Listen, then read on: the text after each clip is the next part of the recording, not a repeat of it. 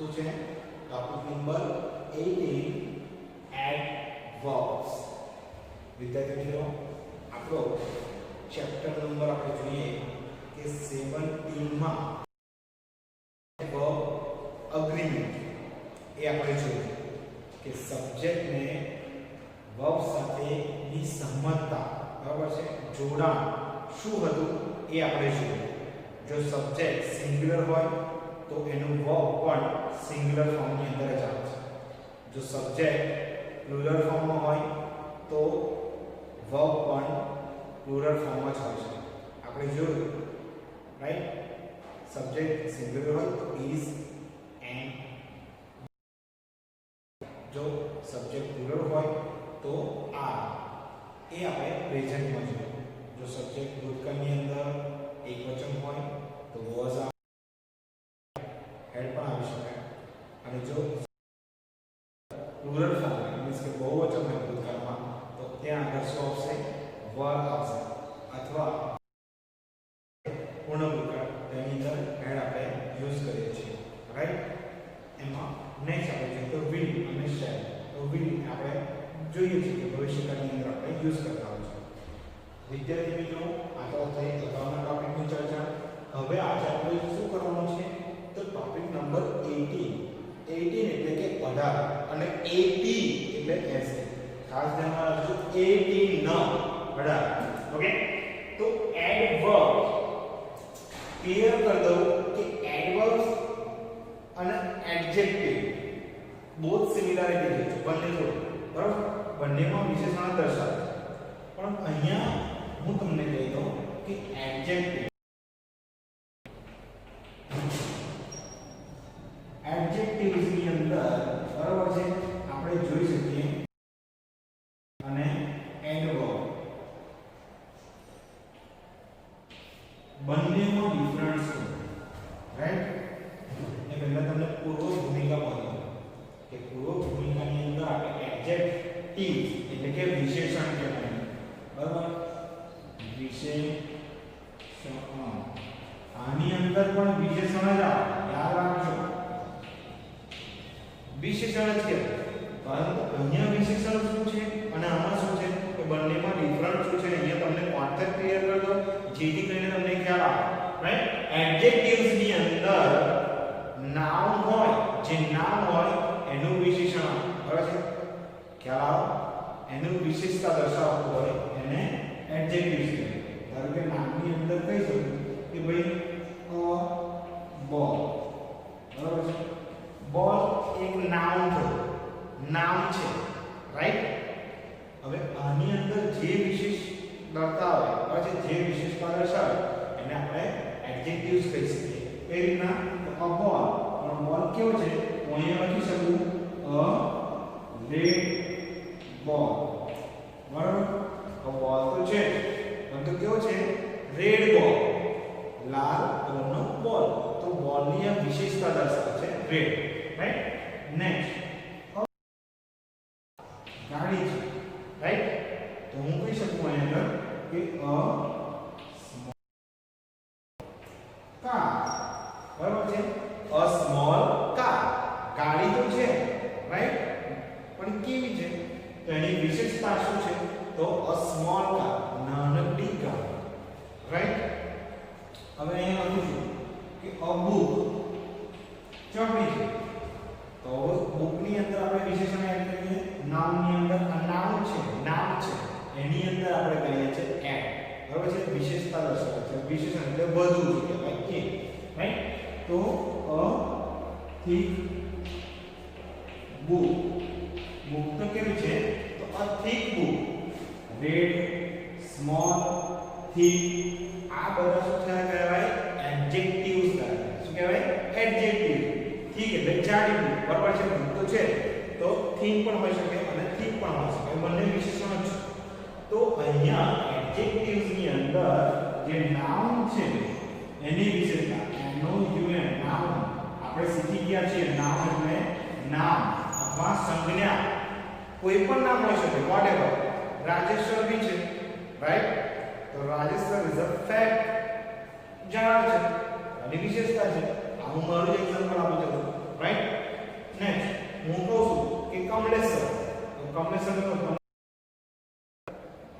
Toll Kamleshwar કેવા છે ઊંચા છે એ ઊંચું છે એમની વિશેષતા દર્શાવે છે બરાબર નામ કોઈ બી હોઈ શકે રાઈટ ચોકસ્ટિક તો ચોકસ્ટિક ઇઝ અ વ્હાઇટ તો વ્હાઇટ એની વિશેષતા દર્શાવે છે એ વિશેષણમાં એડજેક્ટિવ્સ માં શેમાં તો એ નાઉન ની અંદર જે કંઈ વધારો કરે એને એડજેક્ટિવ કહેવાય નાઉન નામની અંદર જે કંઈ વધારો કરે બરાબર છે જે વિસ્તૃત કરવામાં આવે એને વિશેષણ એડજેક્ટિવ્સ કહેવાય જ્યારે એડવર્બ અહીંયા હવે તમને ડિફરન્સ બતાવું છું એડવર્બ એટલે કે અહીંયા તમે જુઓ છો એક શબ્દ એડ પછી વર્બ એટલે કે ક્રિયા શું વર્બ એટલે કે ક્રિયાપદ કહેવાય અથવા ક્રિયા જે કહેવાય છે ક્રિયાપદ બરાબર છે ક્રિયાપદ તો એને કહી શકીએ આપણે એડવર્બ એટલે કે ક્રિયા વિશેષણ જો ક્રિયા કરે છે એમાં જે વિશેષ દર્શાવે એમાં એને આપણે એડવર્બ કહી શકીએ એડવર્બ નું ગુજરાતી થાય ક્રિયા વિશેષણ દર્શાવે જેને એડવર્બ કહેવાય જ્યારે અંદર નાઉન ની અંદર વિશેષતા દર્શાવે એને એડજેક્ટિવ કહેવાય એટલે એડજેક્ટિવ્સ અને એડવર્બ એ બંનેની અંદર ફેર છે એડજેક્ટિવ્સ માં નાઉન ની અંદર નાઉન છે એટલે કે નામની અંદર વિશેષતા દર્શાવે બરાબર છે બોલ છે રેડ છે કાર છે સ્મોલ છે બુક છે ઠીક છે જ્યારે અહીંયા એડવર્બ એટલે કે ક્રિયાની અંદર વિશેષતા દર્શાવે બરાબર છે આપણે ક્રિયાની અંદર આપણે કઈ રીતે આપણે જોઈએ તો સોફ્ટ હું બોલું છું તો soft S O F T બરાબર છે સોફ્ટ મારું ભાઈ બોલવું છે ધીમું બોલું સોફ્ટ તો સોફ્ટ નું શું થશે S O F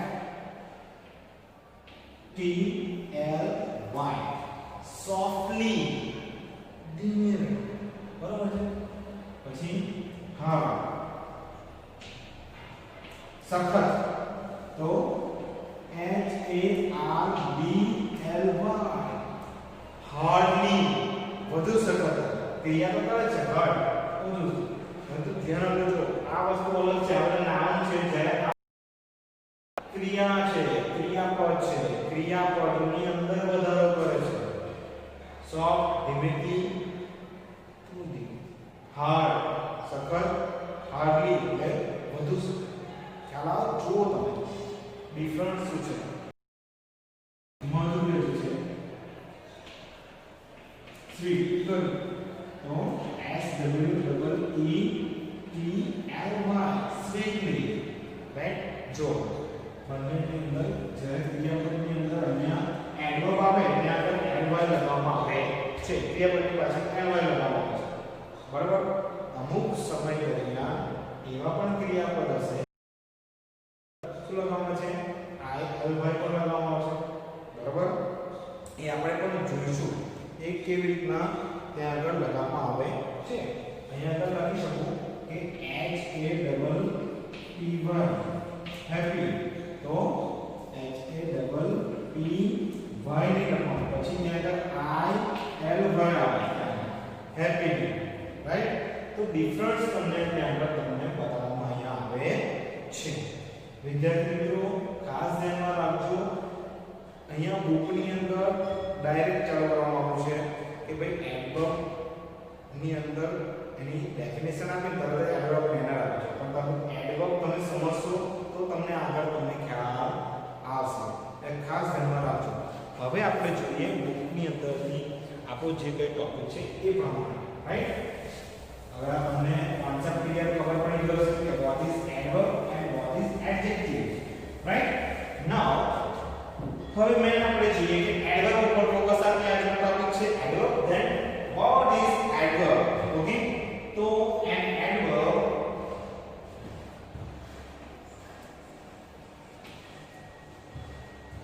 is a word which tell us more about What? An adverb is a word which tells us more about verb. Okay? જે verb વિશે વધારે કહે, બરાબર છે, એને adverb કહેવામાં આવે છે. જે ક્રિયા પદ વિશે વધારે કરવામાં આવે છે, બરાબર છે, વિશેષતા દર્શાવે. ક્રિયા પદના ક્રિયાની અંદર જે કઈ વિશેષતા દર્શાવે આવે છે, તો આ એક ડેફિનેશન છે. તમારે ખાસ ધ્યાનમાં રાખવાનું છે કે an adverb is a word, એવો adverb એટલે કે ક્રિયા વિશેષણ, એ એવો શબ્દ છે which tell us, જે આપણને કહે છે કોના વિશે વધુ કહે છે, more about એટલે કે ની વધારે, પછી more about તો verb વિશે, તો ક્રિયાપદ વિશે જે કઈ વધારે કરવામાં આવે છે, વધારે કરવામાં આવે છે, જેને આપણે કહી શકીએ adverb. ક્રિયાની અંદર જે કઈ વધારે કરવામાં આવે છે એને આપણે કહી શકીએ adverb, રાઈટ? અહીંયા આપણે કેટલાક એક્ઝામ્પલ આપણે જોયા છે, એ પણ આપણે જોઈએ, રાઈટ? એટલે તમને બી ખ્યાલ આવે કે શું કહેવામાં આવે છે, રાઈટ?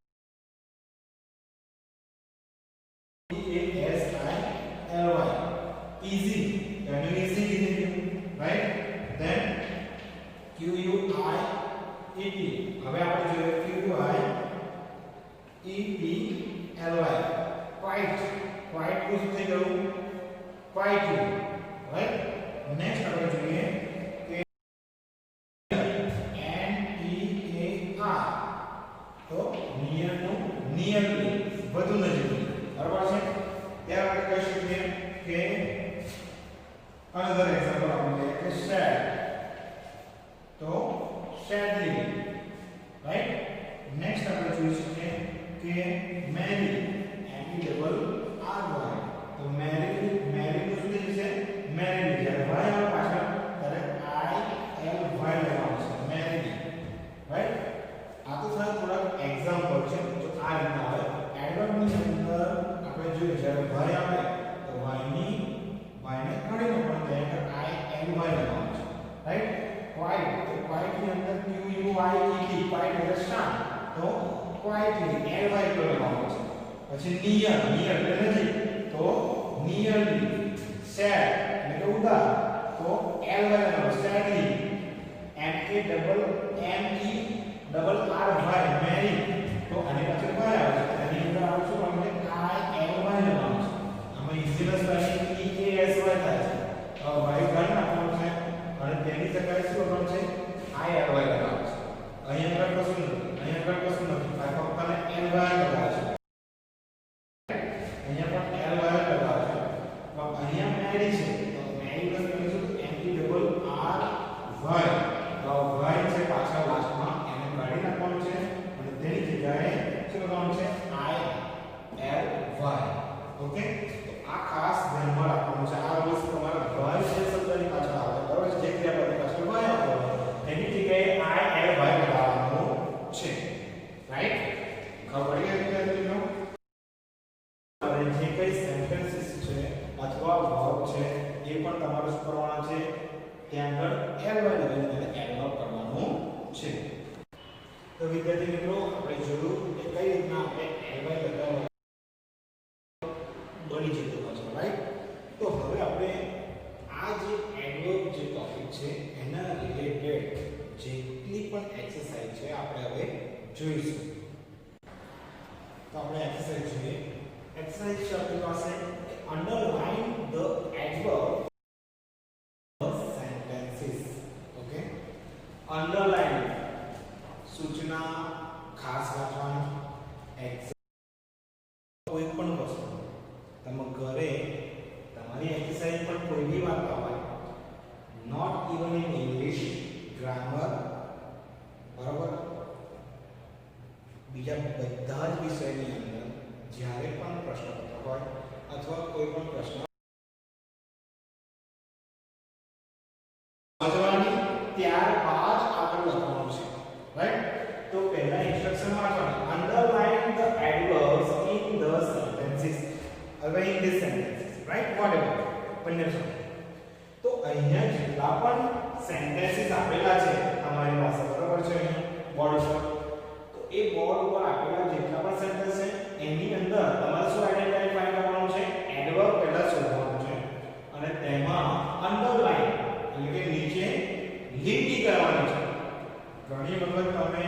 અહીંયા આગળ સૂચના શું લખી હોય અને તમે શું પણ લખો, રાઈટ?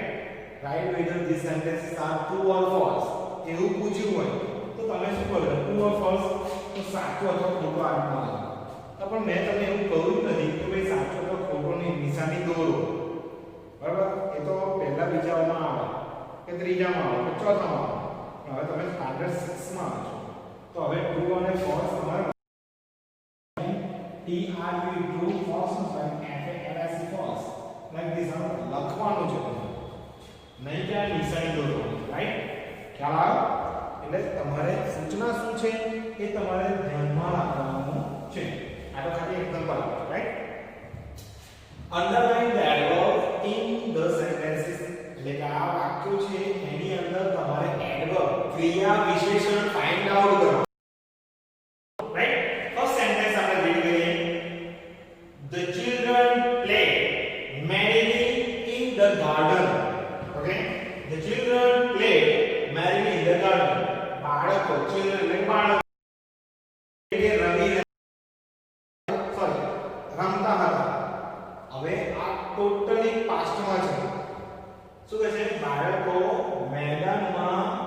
ખુશીથી, મજાથી, આનંદથી, ઉલ્લાસથી રમતા હતા.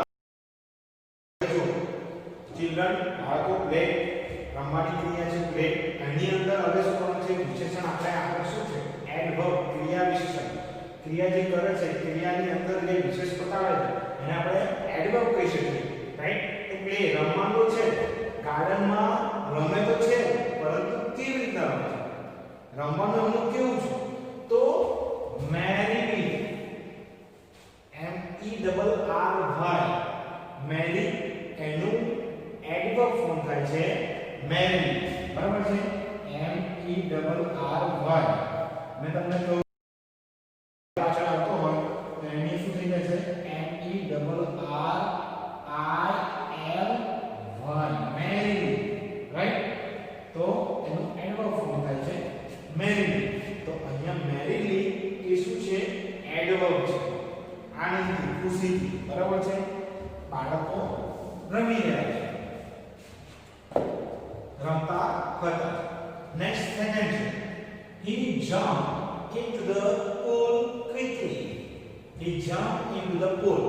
તેને કૂદકો માર્યો હતો, બરાબર છે? પૂલમાં કૂદકો માર્યો હતો, રાઈટ? બટ કેવો કૂદકો માર્યો? કેવી? તો quickly. ક્વિક પછી આવું શું છે? ક્વિકલી, બરાબર છે? ઝડપીથી, બરાબર? કૂદકો તો મારી દીધો હતો તો ઝડપીથી એમ ખ્યાલ. તો અહીંયા ક્વિક પરથી એનો એડવર્બ ફોર્મ થાય છે ક્વિકલી. ly લગાવે છે ક્વિક પાછળ ly, quickly, right? Number 3 I brush my teeth daily. I brush my teeth daily. daily જો હું મારું બ્રશ કરું છું, હું બ્રશ કરું છું, બરાબર છે? હું બ્રશ કરું છું કે તો ડેઈલી દૈનિક, ઓકે? ડેઈલી એ આપણું એડવર્બ ફોર્મ છે. બ્રશ તો કરે છે ના નથી ક્રિયા, બ્રશ કરવાની ક્રિયા તો છે અને ક્રિયાપદ કેવું છે એની અંદર આપણે જોઈએ કે ઉમેરે છે. કેવું? તો ડેઈલી, દરરોજ બ્રશ કરું છું. The thieves entered the house quietly. શું છે? The thieves entered the house quietly. Okay? હવે જો કે ભાઈ thieves એટલે કે ચોર એ enter એટલે કે પ્રવેશી ચૂક્યા હતા. કેવી રીતે પ્રવેશી ચૂક્યા હતા ઘરની અંદર, હાઉસની અંદર? તો quietly. to quiet એટલે શાંત, ધીમેથી. quietly એટલે કે વધારે ધીમેથી. આપણે જોઈ શકીએ કે ભાઈ એના અંદર એડવર્બ છે, બરાબર? enter quietly. The robbers hid the jewels carefully. The robbers એટલે કે લૂંટારુઓ, બરાબર છે? hide એનું પાસ્ટ ફોર્મ છે. hide એટલે સંતાડો, સંતાઈ ગયા, બરાબર છે? સંતાડી દીધું. The jewels એટલે કે આભૂષણો જે કહેવાય, રાઈટ? સોના ચાંદીના જે ઘરેણા કહેવાય એને jewels, ઓકે? તો એ કેરફુલ એટલે કાળજીપૂર્વક. હવે લૂંટારુઓએ આભૂષણો એટલે સોના ચાંદીના ઘરેણા છે સંતાડવાની ક્રિયા. જો આભૂષણો તો એને સંતાડી દીધા હતા લૂંટારુઓએ, પરંતુ એ જે ક્રિયા કરી છે એની અંદર શું એડ કર્યું છે એમને તો કેરફુલી એટલે કે કાળજીપૂર્વક સંતાડી દીધા તમે ચોર છે એટલે સંતાડી દીધા રાઈટ લૂંટારો છે એટલે સંતાડી દીધા તો કાળજીપૂર્વક ઇઝ કેરફુલી આપણું શું થઈ ગયું એડવર્બ થયું તો વિદ્યાર્થી મિત્રો આપણે અહીંયા જોયું કે એડવર્બ એટલે શું જો તમે ક્રિયા જે છે વર્બ એટલે કે ક્રિયાપદની અંદર જે કંઈ પણ વધારો કરે છે એડ કરવામાં આવે છે આપણે એને એડવર્બ કહી શકીએ છીએ બરાબર છે એડજેક્ટિવ્સ અલગ છે એ ક્રિયા વિશેષણ છે બરાબર છે જે નાઉન છે એ નાઉનના અંદર વધારો કરવામાં આવે છે બરાબર છે જ્યારે અહીંયા ક્રિયાપદ મેની ક્વિક ડેલી પછી ક્વાઇટલી કેરફુલી બધા ક્રિયાપદો છે અને ક્રિયાપદોની અંદર જે વિશેષ વધારો થાય એને આપણે એડવર્બ કહી શકીએ છીએ તો વિદ્યાર્થી મિત્રો આઈ હોપ તમને આટલા વિડિયોની અંદર એડવર્બનો કોન્સેપ્ટ તમને ખ્યાલ આવી ગયો હશે હવે થોડો એક નાનકડો સ્મોલ વિડિયો છે જે એડવર્બ તમને આઈડેન્ટિફાઈ કઈ રીતે કરી શકાય એનો છે તો ચલો એક એનિમેટેડ વાળો વિડિયો આપણે જોઈએ અને પછી આ વિડિયોને આપણે સમાપ્ત કરીશું okay so let's watch video adverb को हिंदी में क्रिया विशेषण कहते हैं।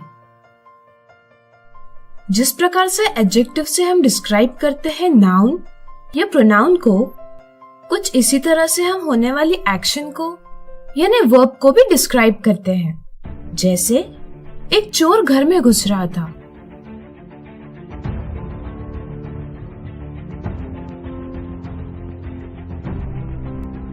तभी उसने कुत्ते की भौंकने की आवाज सुनी और वो जल्दी से भागा। उसने क्या एक्शन की? भागने की, जो पता चल रहा है रैन इस शब्द से, और आपको अच्छे से पता है एक्शन वर्ड होते हैं वर्ब। अब मुझे बताइए कि भागने की एक्शन कैसे हुई? जल्दी से यानी quickly. The thief ran quickly। तो इसका मतलब क्विकली ये वर्ड ran इस वर्ब को अच्छे से डिस्क्राइब कर रहा है।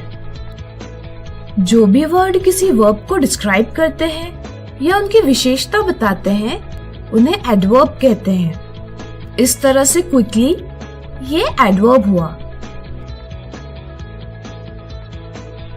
अब चलिए एक और एग्जाम्पल देखते हैं। Leena saw a very beautiful flower. Leena ने एक बहुत सुंदर फूल देखा। आपको जरूर पता होगा कि नाउन को डिस्क्राइब करने वाला शब्द एडजेक्टिव होता है। यहाँ ब्यूटीफुल ये वर्ड फ्लावर इस नाउन को डिस्क्राइब कर रहा है, इसलिए ये एडजेक्टिव है। क्या वेरी ये वर्ड भी फ्लावर इस नाउन का एडजेक्टिव है? ध्यान दीजिए वेरी ब्यूटीफुल फ्लावर इन शब्दों पर।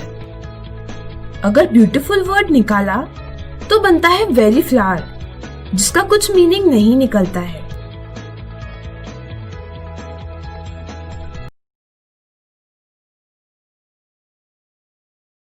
बहुत सुंदर, ये मीनिंगफुल है। तो क्या हम बोल सकते हैं कि वेरी ये वर्ड ब्यूटीफुल इस एडजेक्टिव को डिस्क्राइब कर रहा है? हाँ, ऐसे वर्ड्स जो एडजेक्टिव को डिस्क्राइब करते हैं वे एडवर्ब होते हैं, इसलिए वेरी ये सेंटेंस में एडवर्ब बन गया। अब एडवर्ब की आइडिया अगर आपको अच्छे से समझ गई होगी तो चलिए आगे बढ़ते हैं। हम आपको बताना चाहेंगे कि कभी-कभी एक एडवर्ब दूसरे एडवर्ब को डिस्क्राइब करने के लिए भी यूज किया जाता है। जैसे The car was damaged very badly। Damage इस वर्ब को डिस्क्राइब कर रहा है badly ये एडवर्ब।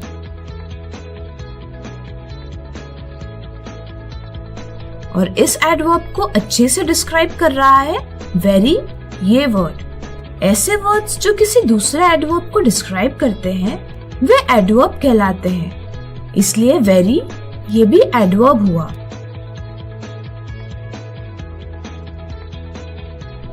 अब पूरी जानकारी के साथ एडवर्ब को हम डिफाइन कर सकते हैं कुछ इस तरह। Adverb is a word that describes or any other adverb in the sentence. यानी adverb वे शब्द होते हैं जो डिस्क्राइब करते हैं किसी verb को, adjective को या किसी दूसरे adverb को. अब आइए एक एक्सरसाइज सॉल्व करते हैं. The girl sang sweetly. यहाँ sang इस वर्ब को sweetly ये एडवर्ब डिस्क्राइब कर रहा है. This book is very good. यहाँ good इस एडजेक्टिव को very ये एडवर्ब डिस्क्राइब कर रहा है. They go to school every day. यहाँ go इस वर्ब को every day ये एडवर्ब डिस्क्राइब कर रहा है. He was playing songs too loudly. Songs किस तरह से प्ले कर रहा है? Loudly. कितना loudly? Too. यहाँ playing इस वर्ब को loudly ये एडवर्ब डिस्क्राइब कर ये दूसरा एडवर्ब डिस्क्राइब कर रहा है. The turtle walks quite slowly. किस तरह से वॉक करता है? Quite slowly. यहाँ walks इस वर्ब को slowly ये एडवर्ब डिस्क्राइब कर रहा है. और slowly इस एडवर्ब को quiet ये दूसरा एडवर्ब और अच्छे से समझा रहा है. आशा करते हैं आपको ये टॉपिक अच्छे से समझ गया होगा.